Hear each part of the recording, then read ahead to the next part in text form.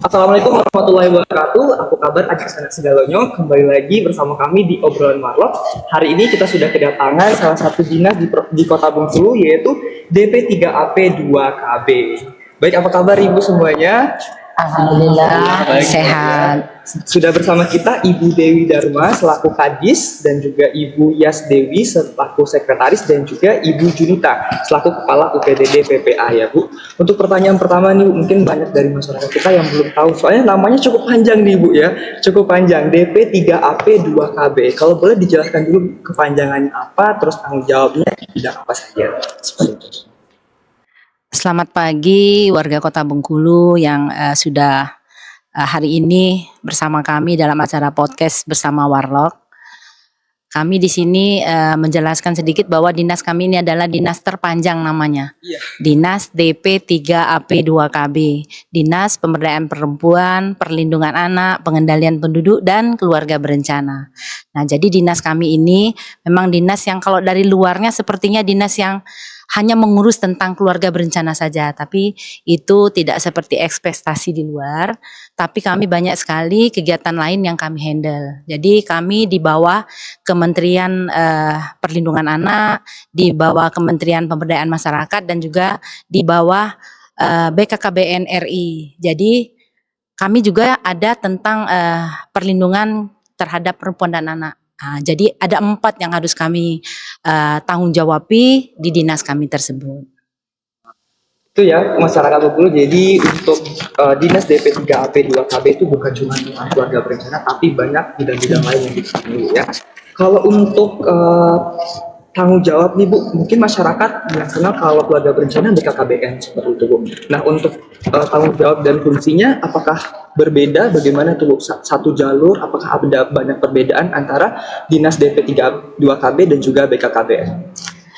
Kalau untuk BKKBN sendiri, kami ada tambahan personil di sana yang ada kaitannya dengan kami, yaitu ada penyuluh lapangan keluarga berencana. Itu mereka memang bekerja membantu sebagai mitra BKKBN provinsi terhadap kami yang ditugaskan. Salah satunya adalah bagaimana menurunkan angka stunting di Kota Bengkulu. Nah, jadi kalau untuk program kegiatan lain itu memang ada bidang-bidang yang membidangi. Nanti mungkin secara rinci bisa dijelaskan melalui sekretariat, ada Bu Yas Dewi. Dari yang saya baca di Instagramnya nih Bu ya, tingkat prevalensi stunting di Kota Bengkulu turun Bu ya, sebanyak 6,2% dari tahun 2022 ke 2023. Wah, itu salah satu pencapaian yang luar biasa ya. Salah satu target dari dinas ini adalah zero stunting Bu ya, zero stunting seperti itu teman-teman. Dan kalau untuk program-programnya tadi untuk Ibu Yas Dewi sebagai sekretaris Bu ya, itu menangani apa saja Bu? Selain dari keluarga berencana, tadi kan ada perlindungan anak juga, dan juga masih banyak lain-lainnya. Assalamualaikum warahmatullahi wabarakatuh. Saya Yas Dewita, Sekretaris Dinas DP3AP2KB. Selamat pagi para warga Kota Bengkulu semuanya. Di sini saya sampaikan bahwa Dinas DP3AP2KB itu ada 5 bidang, termasuk yang bidang pelindungan anak, bidang keluarga berencana, bidang pemberdayaan perempuan, bidang dalduk, dan bidang terakhirnya sekretariat sendiri yang saya sebagai sekretarisnya gitu ya.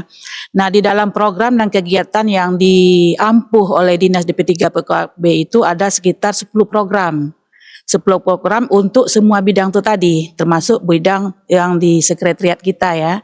Dan ada sekitar 50 sub kegiatan yang pengampunya tadi. Seperti ditanyakan tadi yang sudah dijawab juga sama Kadis, bahwa kita bekerja sama dengan BKKBN itu dalam topoksi dengan berkaitan dengan KB. Nah, diampu oleh 2 bidang, ada bidang KB dan bidang dalduk yang bersinergi langsung terhadap kegiatan dan program-program dan yang dilakukan di lapangan oleh bidang tersebut bersinergi dengan BKKBN provinsi gitu. Nah, saling bersinergi terutama dalam hal untuk penggunaan dana DAK, dana alokasi khusus dari Jakarta gitu. Menarik banget ya, teman-teman. Jadi untuk salah satu porsi dari Dinas DP3A2KB yaitu pernikahan di bawah umur. Bagaimana kondisi kita di Kota Bengkulu sekarang mengenai pernikahan di bawah umur, dan juga pernikahan di bawah umur itu ketika di usia berapa? dilabelkan sebagai pernikahan di bawah umur gitu. Terima kasih. Mungkin sedikit saya jelaskan dulu bahwa program dari kita Dinas DP3AP2KB itu adalah salah satunya adalah bagaimana kita menghimpun anak-anak generasi berencana untuk salah satunya mensosialisasikan tentang triad KRR.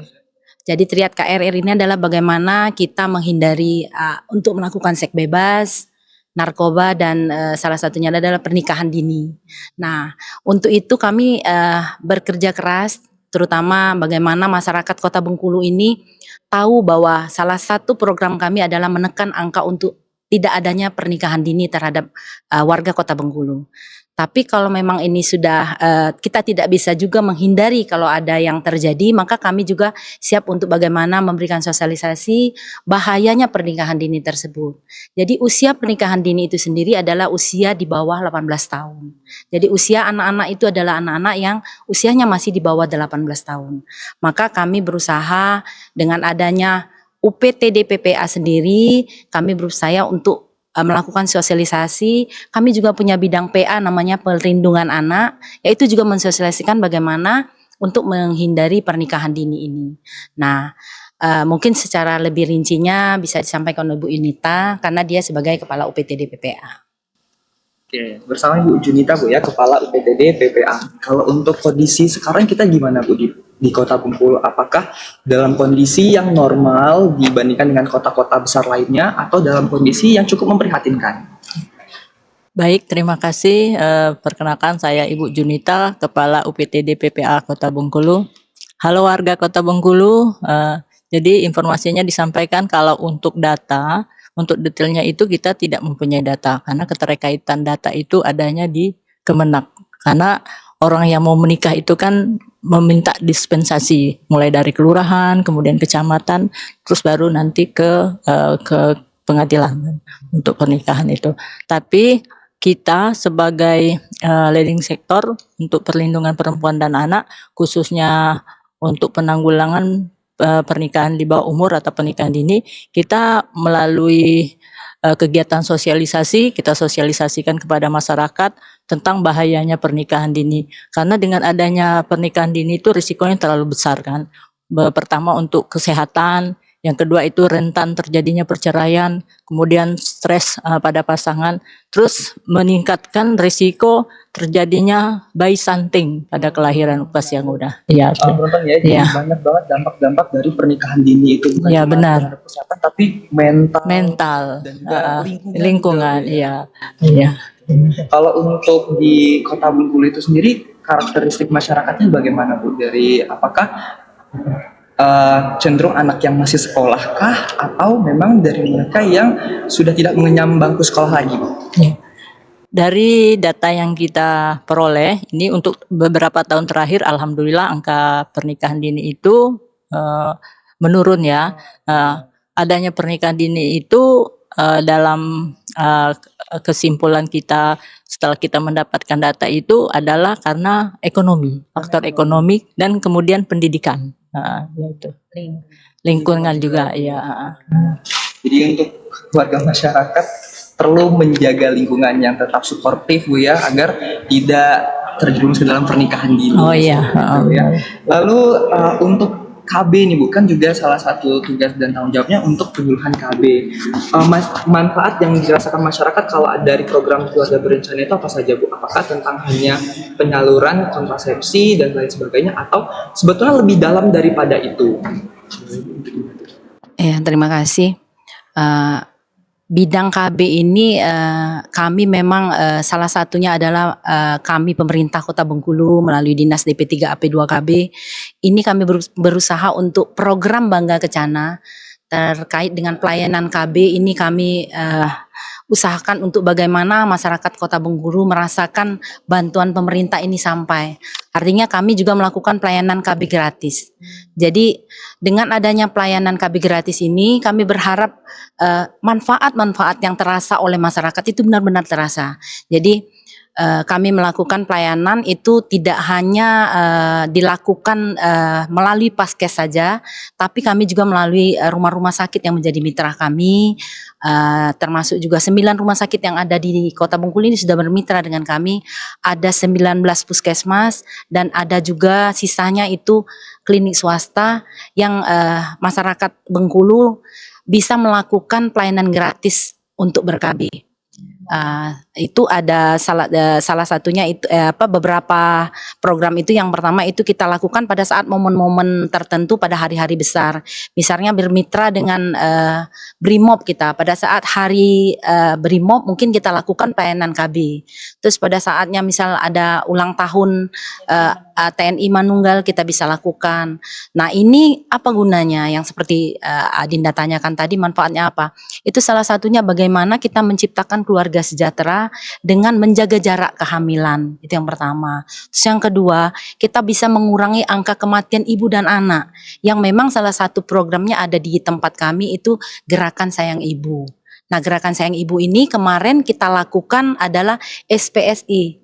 Jadi itu adalah kita melakukan serentak untuk melakukan penimbangan bayi di puskesmas secara nasional. Kota Bengkulu mencapai angka 99,8%, tidak sampai 100. Karena kenapa?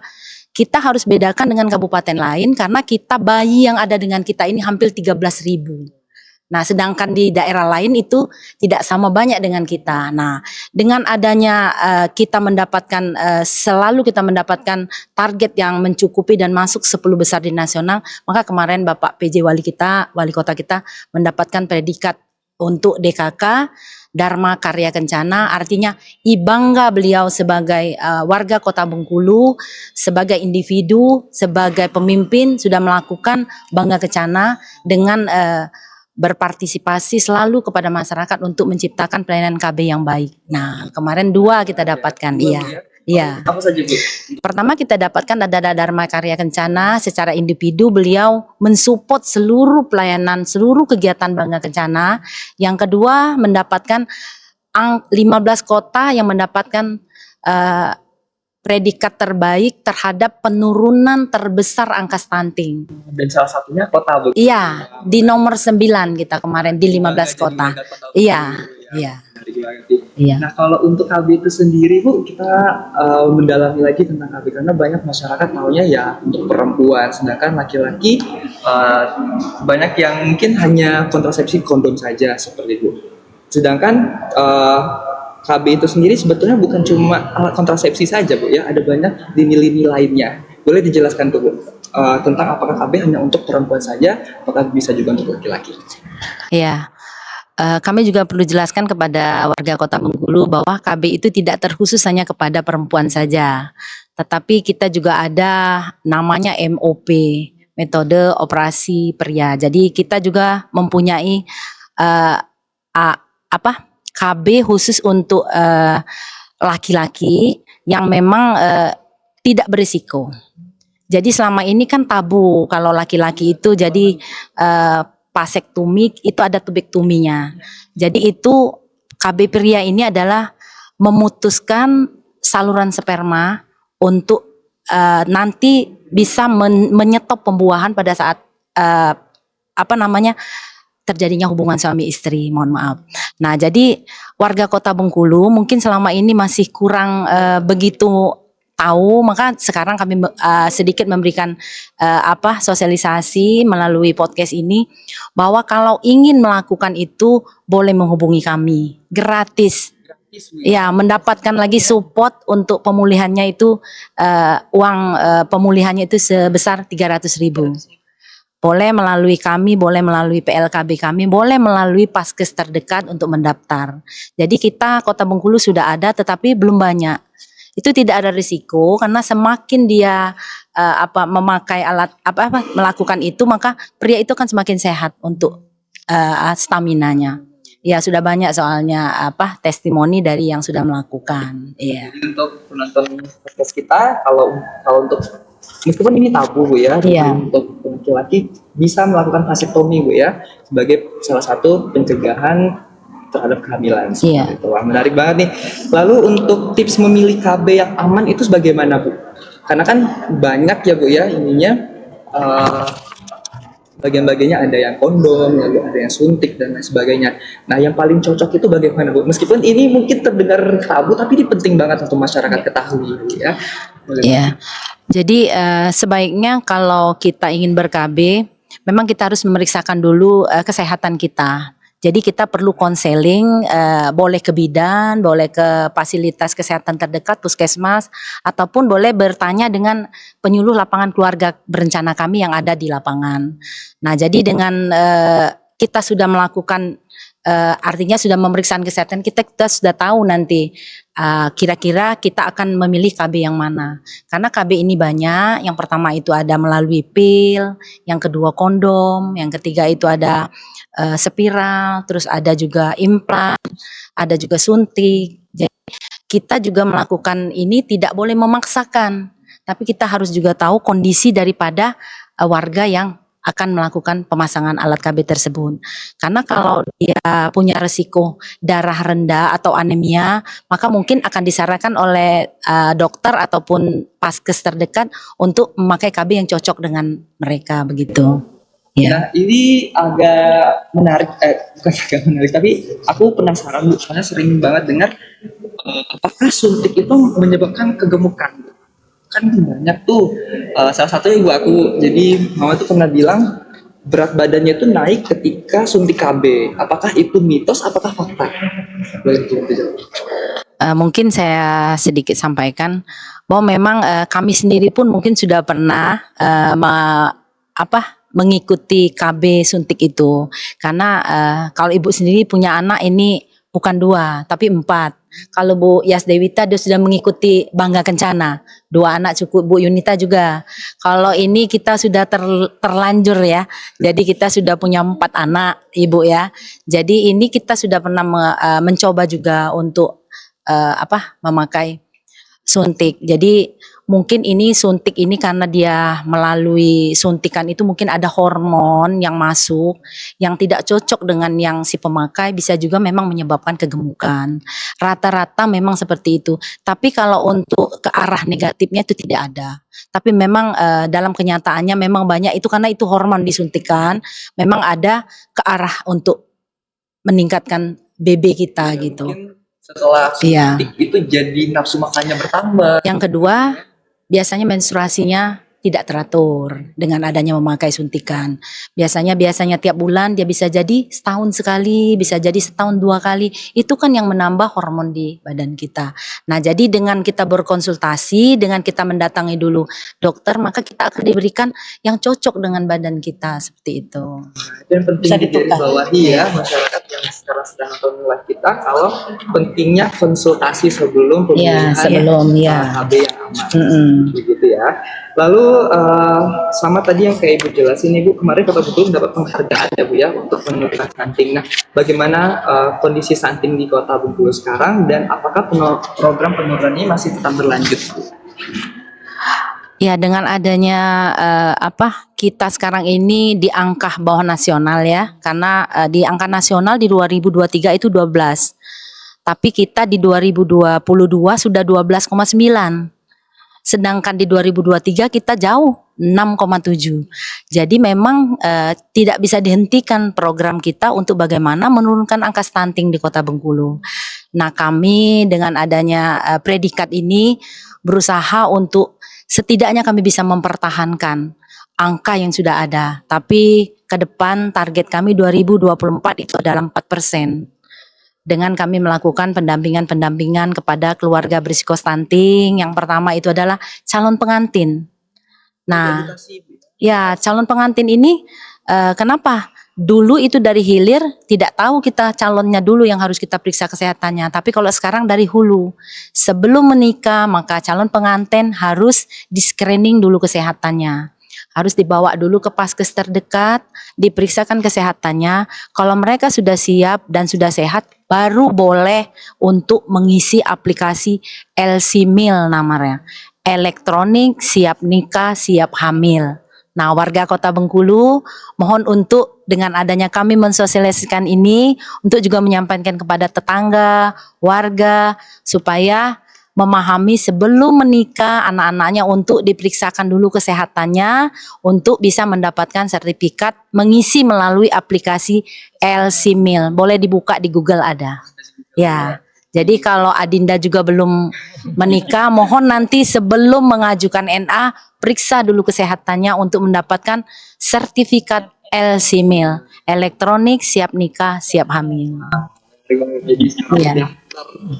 ini buat apresiasi dengan teknologi, mengikuti Iya. perkembangan teknologi juga Bu ya. Benar banget. Nah, untuk pertanyaan selanjutnya itu terkait dengan KDRT. Mungkin pertanyaan Dewi untuk bisa tambahkan. Junita ya, Junita BPAU ya. Apakah ada program khusus untuk kegiatan edukasi meningkatkan kesadaran tentang KDRT dan juga untuk support dari korban? Mungkin kalau dari program bisa dijelaskan juga dari Bu Sengkis.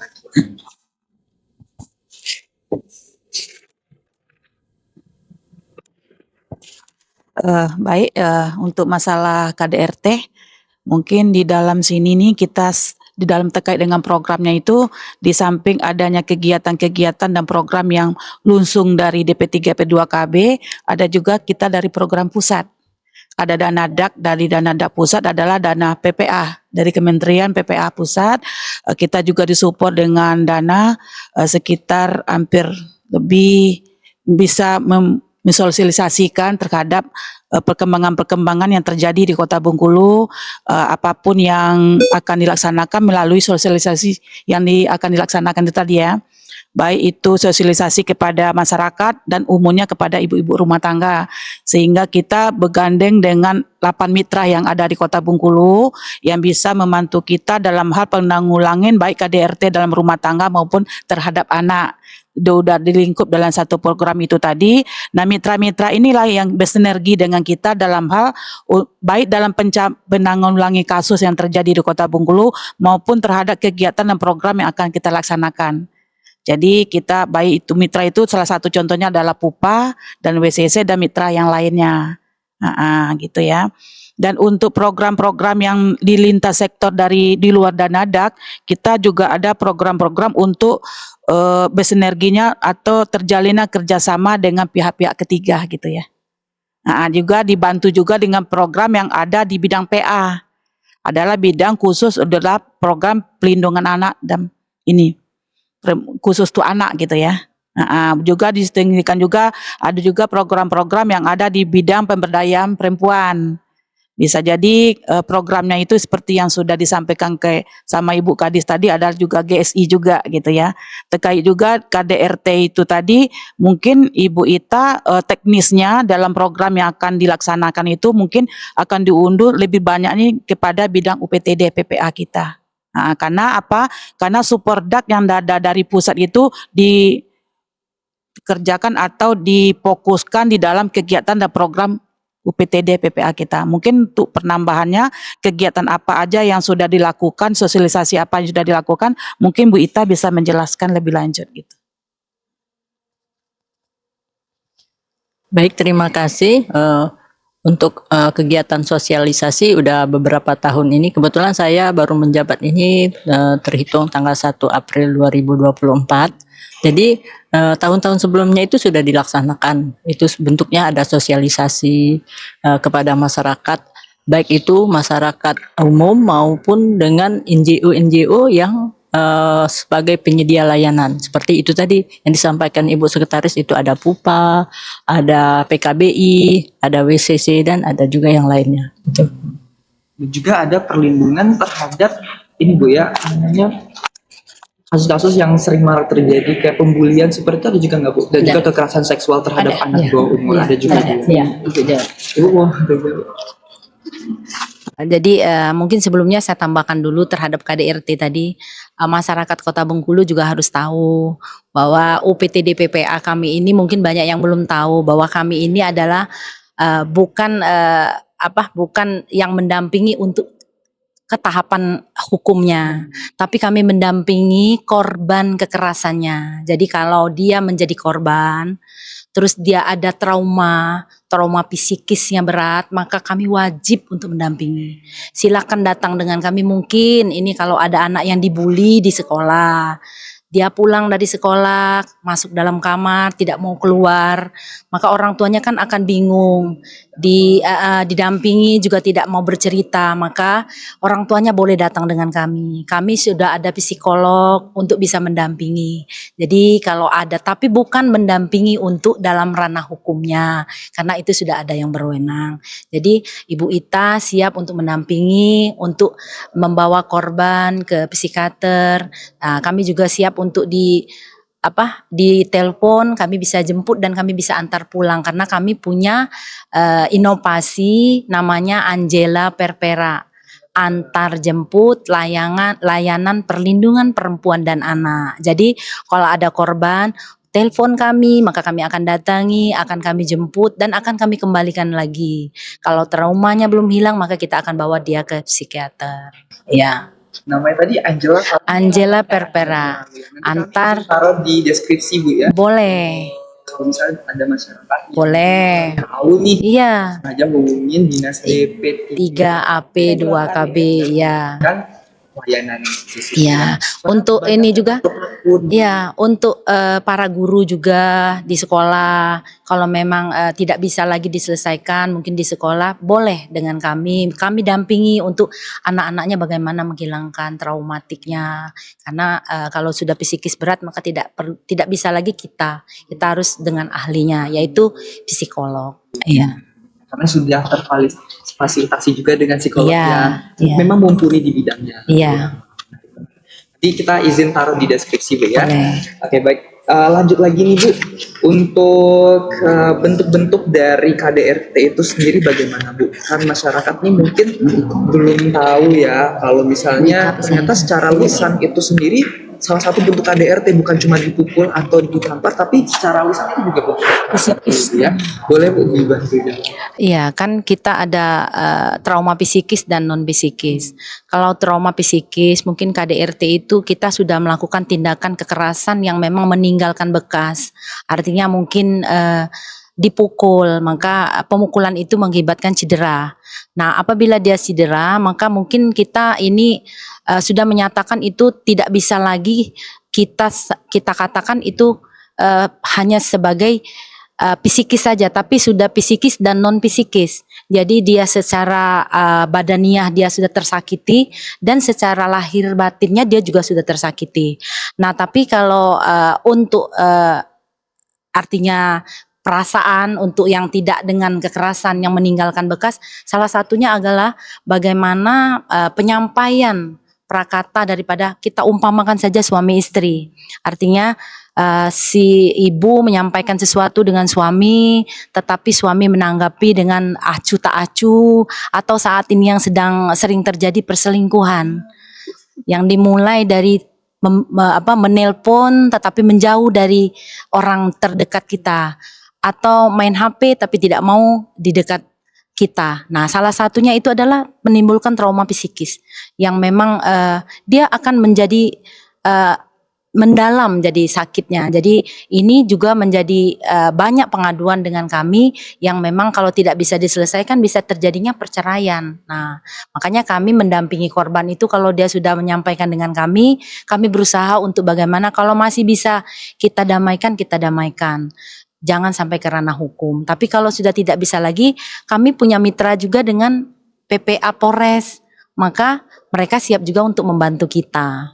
Nah, kita dengan kejaksaan pun kita juga bermitra untuk bagaimana kalau sudah memasuki ke ranah hukum, kita tidak ada pengacara yang bisa melindungi korban kita, maka dari kejaksaan bersedia untuk membantu melalui restorasi justice. Ya. Menarik banget. Soalnya yang masyarakat mungkin ya dinas yang membagikan kontrasepsi dan segala macam, tapi jauh banget daripada itu Bu ya. Lebih luas dan juga lebih berdampak. Jadi masyarakat yang butuh perlindungan kayak suaminya selingkuh menimbulkan trauma yang mendalam itu bisa banget hubungin ke dinasnya Bu ya. Bisa didampingi. Bisa didampingin Bu ya, karena sudah ada psikiater. Iya, kita psikiater itu kita bukan kita, tapi kita bisa minta, kita dibantu oleh BKKBN provinsi bekerja sama dengan RSJKU. Ya. Nah, untuk di akhir Bu, kita ada namanya Warlock Mupe Bu. Jadi Warlock Mupe itu adalah pertanyaan-pertanyaan dari netizen. dari di internet gitu Bu. Jadi pertanyaan ini bisa jadi out of the box gitu, bisa sedikit mengejutkan Bu. Oke, jadi pertanyaan pertama nih Bu, kemiskinan sama tingkat pendidikan tuh berpengaruh enggak Bu? Kayak terjadinya KDRT dan juga perselingkuhan. Terima kasih.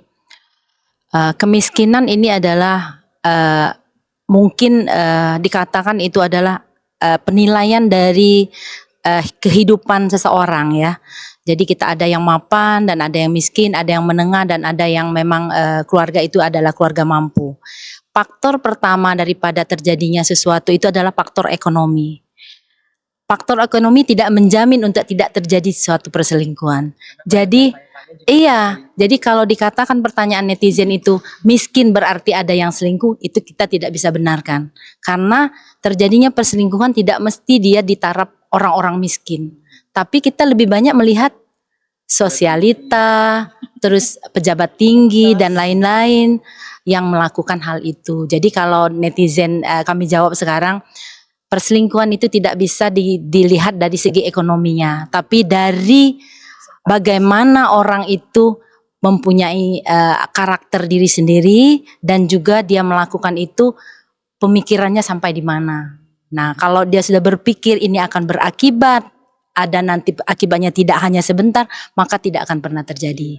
Tapi kalau hanya melihat ini hanya kesenangan sejenak atau sesaat, maka terjadilah hal-hal seperti itu. Iya. Nah, jadi untuk pertanyaan pertama, apakah kemiskinan sama tingkat pendidikan itu ngaruh apa tidak dengan KDRT dan juga pernikahan? Dari jawabannya tidak Bu ya, karena di media-media juga banyak yang kaya-kaya. Iya, yang berpendidikan tinggi, dokter pun ada. Justru itu yang banyak terjadi. Ya. Oke, selanjutnya nih Bu, salah satu program dari DP3 2KB itu salah satunya adalah melibatkan anak muda, yaitu di Duta Generasi Berencana Bu ya.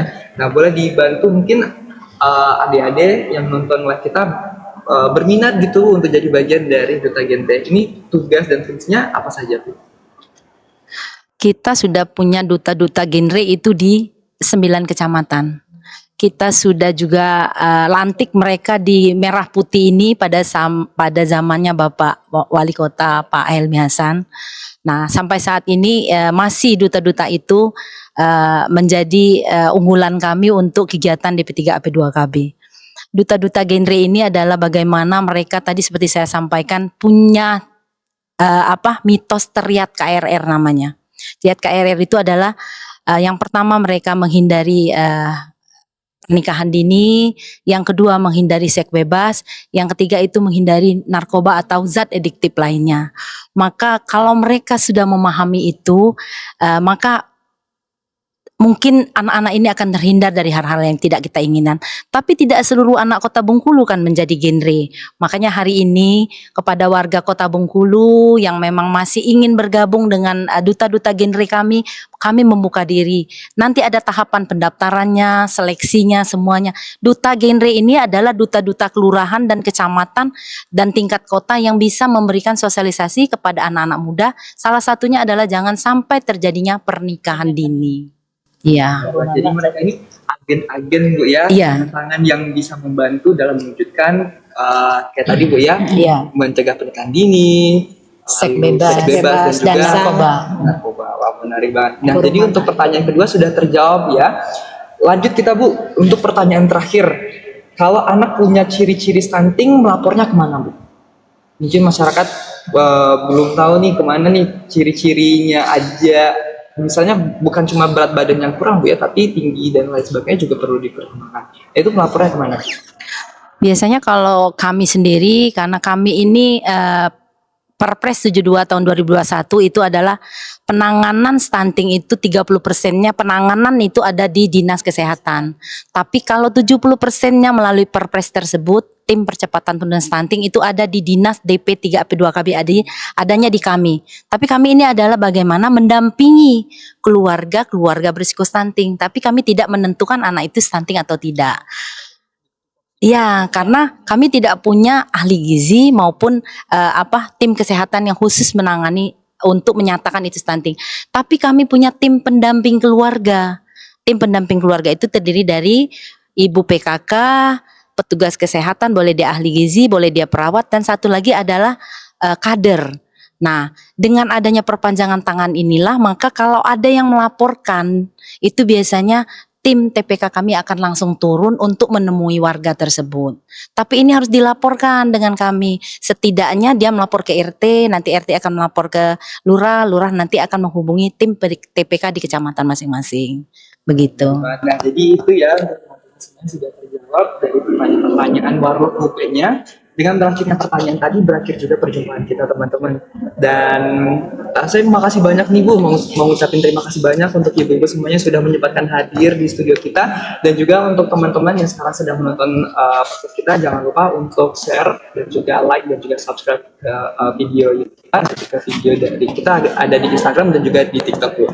Seperti itu. Dan jangan lupa nantikan episode lainnya yang mana kita akan mengundang narasumber yang menarik. Oke, terima kasih semuanya. Wassalamualaikum warahmatullahi wabarakatuh. Assalamualaikum warahmatullahi wabarakatuh.